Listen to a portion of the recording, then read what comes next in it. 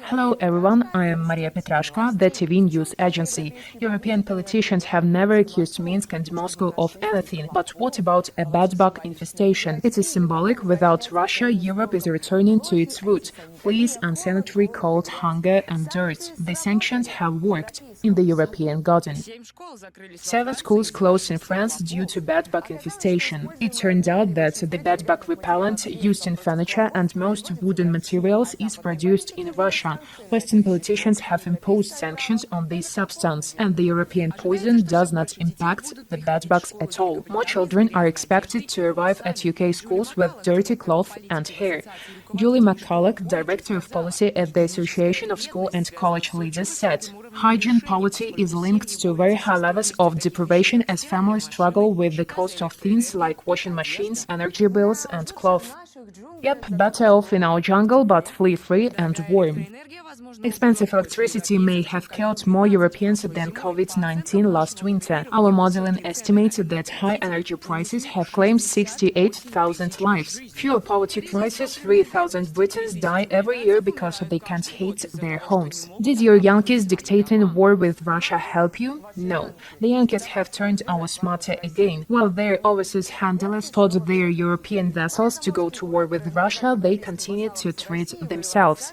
The Canadian government secretly issued more than a dozen special permits allowing Canadian companies to circumvent the economic sanctions it imposed on Moscow. Permits issued by Ottawa on a case-by-case basis have thus facilitated the export of materials and equipment to areas considered sensitive to Ukraine's allies because they involve weapons production or geological exploration for oil and minerals. Transactions since March 2022 have totaled about $50 million. The US has wrapped up its uranium purchases from Russia to its highest levels. The US bought 516 tons of uranium from Russia in the first half of the year, 2.2 times more than in the same period in 2022 and the maximum since 2005. The US paid $696.5 million for imported Russian uranium, the highest since 2002. While the rest of us are being banned, we are trading with Russia, another example of America's double standards. Polish authorities, the most ardent fighters with Belarus and Russia, have achieved a truly amazing effect of sanctions. Polish chemical plant for production of nitrogen fertilizers, Grupa Azoty SA, suffers huge losses due to high prices for natural gas, the basis of this type of fertilizers. After all, gas in Europe costs $560 per 1,000 cubic meters, and for example, in our country, it is almost 3 times cheaper, $170. In the second quarter of 2023, Azoty incurred net losses of more than $125 million.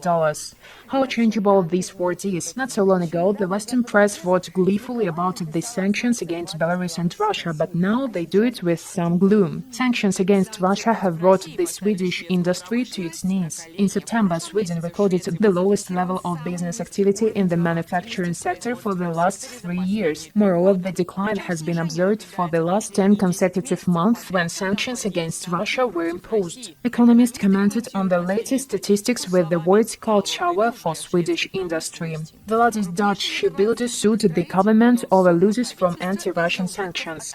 European politicians have so eagerly taken to walling off our countries with an iron curtain and walls. Well, good be with them. If you want walls, build them. But the bricks are no longer the same because of the sanctions. Finnish builders are saddened by the disappearance of Russian bricks from the sale due to sanctions. Russian refractory bricks were defense and strong. The new imported bricks have many micro-cracks. I'm not very sure of their quality, complained bricklayer Samu Toivonen. Euro politicians are doubly puzzled nowadays. The new 12th package of sanctions is about to be imposed. They have to think up a way to strangle those clever Belarusians and Russians. So we have to think how to cancel some of the old restrictions so as not to die of cold, hunger and unsanitary conditions. Well, or somehow negotiate with Erdogan about parallel imports. But the most experienced politician in Europe, Alexander Lukashenko, warned that sanctions are a time bomb for Western countries. He called for normal cooperation. Again, they did not listen.